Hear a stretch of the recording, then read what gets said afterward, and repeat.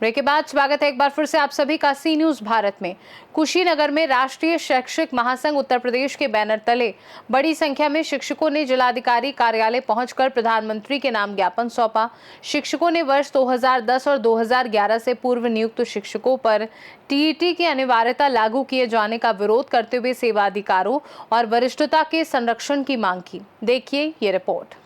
राष्ट्रीय शैक्षिक महासंघ उत्तर प्रदेश जनपद कुशीनगर के पदाधिकारियों और शिक्षकों ने जिलाधिकारी कुशीनगर के माध्यम से प्रधानमंत्री को संबोधित ज्ञापन सौंपा। ज्ञापन में कहा गया कि वर्ष 2010 में एनसीटीई द्वारा जारी टीईटी अधिसूचना तथा बाद के संशोधनों को पूर्व प्रभाव से लागू करने से लाखों शिक्षकों में असुरक्षा और चिंता का माहौल है। संगठन का कहना है कि वर्ष 2010 और 27 जुलाई 2011 से पूर्व नियुक्त शिक्षकों की नियुक्तियां उस समय के प्रचलित नियमों और मानकों के अनुसार हुई थी। शिक्षकों ने मांग की कि पहले से कार्यरत शिक्षकों को टीईटी की अनिवार्यता से स्थायी रूप से मुक्त किया जाए तथा उनकी सेवा, वरिष्ठता, पदोन्नति और अन्य शैक्षिक लाभों का पूर्ण संरक्षण सुनिश्चित किया जाए। संगठन के पदाधिकारियों का कहना है कि किसी भी नई पात्रता को पूर्व प्रभाव से लागू करना प्राकृतिक न्याय, समानता और विधिक निष्ठता के सिद्धांतों के विपरीत है। ज्ञापन के माध्यम से केंद्र और राज्य सरकार से आवश्यक विधायी या नीतिगत हस्तक्षेप की भी मांग की है। और इस तपती धूप में डीएम साहब के यहाँ क्यों आए हैं, कौन बात करेंगे? मंडल अध्यक्ष हमारे अपना नाम परिचय दीजिए पहले। राजेश कुमार शुक्ला, गोरखपुर मंडल अध्यक्ष, राष्ट्रीय शैक्षिक महासंघ जी, प्राथमिक संवर्ग। क्या मैटर है सर, क्यों इतना तपती धूप में आप लोग धरना प्रदर्शन कर रहे हैं? थोड़ा साइड। यह सरकार की नीतियों का परिणाम है कि इस तपती धूप में हमारे शिक्षक ऐसा प्रदर्शन करने के लिए विवश हैं। 2017 में सरकार ने एक कमिटमेंट किया कि जितने भी सेवारत शिक्षक हैं सबको टीईटी परीक्षा पास करनी होगी और किसी भी राज्य सरकारों को सूचना नहीं दी गई। 2023 में एक मामला सुप्रीम कोर्ट में जाता है और सुप्रीम कोर्ट ने जितने भी शिक्षक नॉन टीईटी हैं और सेवारत हैं उनके लिए टीईटी अनिवार्य कर दिया बिना कुछ जाने समझे। सरकारें रिव्यू में भी गई थी, हम लोग भी रिव्यू में गए थे। कोर्ट ने उस मामले को डिसमिस किया है और हमको थोड़ी सी सहूलियत दी है कि 3 साल में सभी सेवारत शिक्षकों को टीटी पास करना होगा, जबकि जितने भी शिक्षक उस समय नियुक्त हुए टीटी और आरटी कानून से पहले, उन्होंने मिनिमम जो उस समय का क्वालिफिकेशन था, सरकार ने जो मापदंड और मानदंड बनाए थे उसको पालन करके ही हम सब लोग शिक्षक हुए हैं। और इस समय सब पे टीटी थोप देना किसी भी तरह न्यायोचित नहीं है। तो इसी को सेवारत शिक्षकों को टीटी से मुक्ति के लिए आज पूरे देश में एक साथ राष्ट्रीय शैक्षिक महासंघ के आह्वान पे हम लोग मुख्यमंत्री को, माननीय शिक्षा मंत्री को और माननीय प्रधानमंत्री महोदय को ज्ञापन दे रहे हैं कि मानसून सत्र में जो आने वाला है अमेंडमेंट बिल लाए और सभी शिक्षकों को, इस सेवारत शिक्षकों को टीटी से मुक्ति प्रदान करें। सरकार का मकसद क्या है? ये जो जरूरी कराया है, क्या मकसद है इसका? अब सरकार के मकसद के बारे में तो हम लोग इसमें कुछ कह नहीं सकते हैं, अब उनका क्या हिडन एजेंडा है और क्या नहीं है, लेकिन हम शिक्षकों के लिए यह पीड़ादायक है। यह कोई एजेंडा नहीं है कि बच्चों की गुणवत्ता के नाम पर हम शिक्षकों को हर साल परीक्षा के लिए बाध्य किया जाए। जो शिक्षक 25 साल 30 सालों से शिक्षण कार्य कर रहे हैं वह गुणवत्तापूर्ण शिक्षण ही करते हैं और बच्चों को शिक्षा देते हैं, नहीं तो आज तक इस विभाग में टिके नहीं रहते। और ये बात है केवल शिक्षकों को ही परीक्षा देनी होगी, तो यह चीज़ें देश के हर विभाग पे होनी चाहिए। डॉक्टर, इंजीनियर, जज, यहाँ तक कि हमारे आईएएस वर्तमान में कोई भी वह परीक्षा दे के पास नहीं हो सकता है। हमारे शिक्षक तो दे के पास हो जाएंगे। 90 भी तो हो सकता है कि सरकार पारदर्शिता लानी चाह रही हो, इसको और साफ सुथरा बनाना चाह रही हो। नहीं, यह कोई पारदर्शिता की बात नहीं है। बच्चों के गुणवत्तापूर्ण शिक्षण के नाम पर यह थोपा जा रहा है। पारदर्शिता की कोई बात ही नहीं है। सब शिक्षक पारदर्शी ढंग से भर्ती हुए हैं। अगर जो पारदर्शिता की बात है तो हर विभागों में इस तरह की परीक्षाएं कराएं, हमको कोई दिक्कत नहीं है। केवल शिक्षकों को टारगेट करके यह कहीं से भी उचित नहीं है। ऐसा भी तो है कि आप सबसे ज़्यादा सरकार का काम, बाहरी काम शिक्षक ही करते हैं, तो ये तो सरकार को सोचना चाहिए ना। सरकार शिक्षकों को जनगणना, बाल गणना, अभी आप देख रहे हैं चुनाव, SIR, कोई भी काम हो हमारे शिक्षक ही काम करते हैं। जो कोई भी विभाग काम कर नहीं पाता है वह काम बेहतर ढंग से हमारे शिक्षक करते हैं तो शिक्षक गुणवत्तापूर्ण शिक्षा क्यों नहीं दे सकते हैं? पूरे देश को शिक्षक ही चला रहे हैं, चुनाव से लेकर हर चीज़। तो ये कहने की बात है गुणवत्ता के नाम पे। मुझे तो लगता है कि सरकार कहीं न कहीं इतना बड़ा जो बजट है वह बजट कैसे कम किया जाए, इसके लिए हम शिक्षकों को पीरने मेरा अगला सवाल यही था। और कोई बोलेगा? ये क्या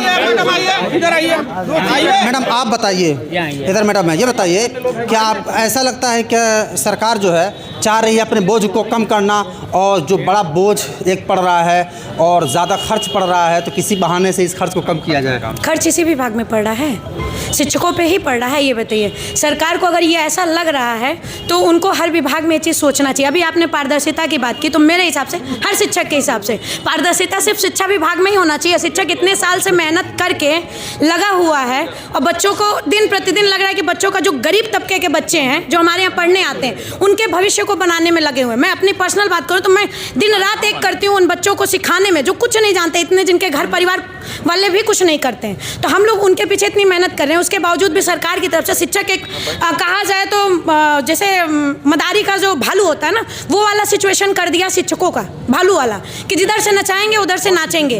ठीक है, तो भालू बना करके हर जितना बाहरी काम है हम लोग के ऊपर थोपा जा रहा है। सरकार को कहीं ना कहीं विश्वास तो है कि इस काम में हमारा अगर शिक्षकों को लगाएंगे तो अच्छा करेंगे, लेकिन इसमें क्यों नहीं विश्वास है कि शिक्षक अच्छी गुणवत्तापूर्ण शिक्षा दे रहा है? तो ये सरकार को सोचना उस वक्त आप लोग विरोध क्यों नहीं करते हैं जब शिक्षा छोड़ा करके आप लोग को तरह तरह के काम कराया जाता है? हर वक्त विरोध किया जाता है, लेकिन हमारा सरकार नहीं सुन रही है।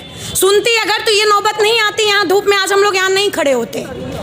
विरोध अगर हम लोग का सुनती सरकार, जरा से भी हम लोग के प्रति अगर वो उत्तरदायी होती या थोड़ी सी भी मार्मिक भावना रखती तो सुनती ज़रूर और हम लोग यहाँ आज नहीं खड़े होते।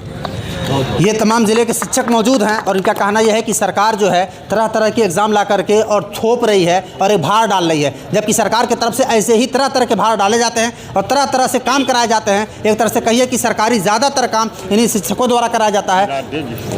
ये जिलाध्यक्ष हैं, क्या कहेंगे बताइए। मेरा सवाल यह है कि सरकार जब तरह तरह का काम लेती है, शिक्षा के अलावा जितना कार्य है, जो नया योजना लाया जाए सब शिक्षक ही करते हैं, तो उस वक्त आप लोग विरोध क्यों नहीं करते हैं? और जब एग्ज़ाम की बात हो गई तो विरोध में आप उतर आए। जी भाई साहब, मैं यही कहना चाहूँगा इस संदर्भ में कि सरकार जब भी हम लोग से गैर शैक्षणिक कार्य करती है, हम लोग विगत लगभग 17 वर्षों से सेवा में हैं, उससे पूर्व भी जितनी गैर शैक्षणिक कार्य हुए लगातार हम लोग उसके बारे में सरकार से वार्ता भी करते रहे हैं, उसके लिए ध्यान और ज्ञापन भी दिए जाते रहे हैं। लेकिन एक मुश्त जब कार्य खत्म होने के बाद से उस पर किसी तरह की सुनवाई नहीं होती है। जैसे अभी मैं ज्वलंत आपको बताऊँ कि इस समय गर्मी की छुट्टियाँ चल रही थी, 15 मई से लेकर 20 जून तक अध्यापकों का अवकाश था। साल भर किसी तरह की कोई अवकाश नहीं है, लेकिन इन 25 दिनों में जनगणना का कार्य शिक्षकों से लिया गया। अन्य विभागों से जो कार्य लिया गया, जैसे माध्यमिक में उन्हें इसके लिए प्रतिकर अवकाश दिए गए, उपार्जित अवकाश दिए गए, लेकिन बेसिक शिक्षकों की तरफ से, प्राथमिक शिक्षकों की तरफ से सरकार के कान पर कोई जूं नहीं रेंगती है।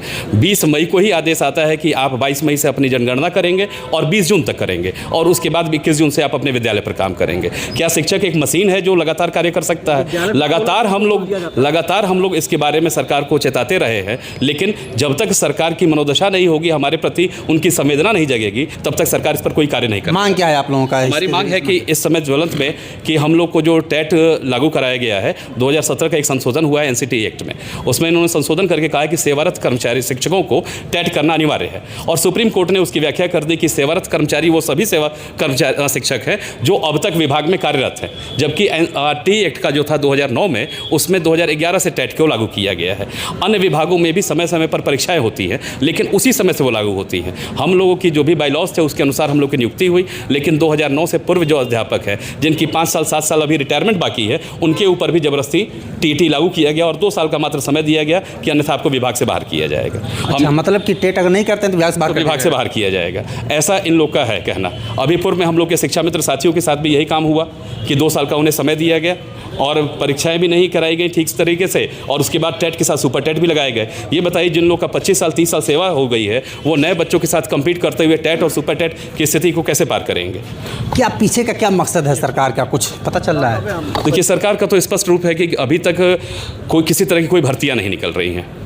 और जब तक ना प्रमोशन विभाग में किए जा रहे हैं, ना ही कोई भर्ती नहीं निकाली जा रही है, शिक्षकों की संख्या लगातार घट रही है और घटने की संख्या को लोगों तक ये बात ना पहुँचे, इसके लिए लगातार विद्यालयों को मर्ज किया जा रहा है, संविलियन किया जा रहा है कि स्कूल जितने ज़्यादा होंगे उतने ज़्यादा शिक्षकों की नियुक्ति होगी। लेकिन स्कूलों को इकट्ठा करके एकत्रीकरण करते हुए, मर्जन करते हुए स्कूलों की संख्या कम की जा रही है और शिक्षकों को भी इसी दबाव के तहत धीरे धीरे बाहर करने का रास्ता दिखाया जा रहा है। तो साफ साफ समझ आ रहा है कहने के हिसाब से भी, और जो मकसद है कि जो 20 साल 25 साल से जो शिक्षक बच्चों को पढ़ा रहे हैं, सेवा दे रहे हैं, उनके लिए एक बड़ा परीक्षा देना बहुत दुश्वार है, बहुत मुश्किल है। और इनका जो मांग है यही है कि इसको कैंसिल किया जाए, रद्द किया जाए और जिस तरीके से चल रहा था चलने दिया जाए। वैसे तो सरकार दुनिया भर का काम इनसे लेती है, शिक्षा छोड़ करके सारा काम ये शिक्षक करते हैं। सरकारी जितनी योजनाएं आती हैं लागू इन्हीं के ज़रिए से कराया जाता है। तो इसीलिए ये सवाल भी बनता है कि आखिर इनको क्यों इस तरीके से थोप करके और बाहर का रास्ता दिखाया जा रहा है। बाहर का रास्ता नहीं बल्कि दिखाने का एक तरीका है कि किसी तरीके से इनको बाहर किया जाए। मैं राष्ट्रपति लसीम, कुशीनगर। फिलहाल शिक्षकों ने सरकार से शीघ्र निर्णय लेकर उनकी सेवा संबंधी चिंताओं का समाधान करने की मांग की है। अब देखना होगा कि सरकार इस मांग पर क्या रुख अपनाती है। खास रिपोर्ट में फिलहाल के लिए इतना ही। बने रहिए सी न्यूज़ भारत के साथ। हर खबर आपके साथ, आपके हाथ।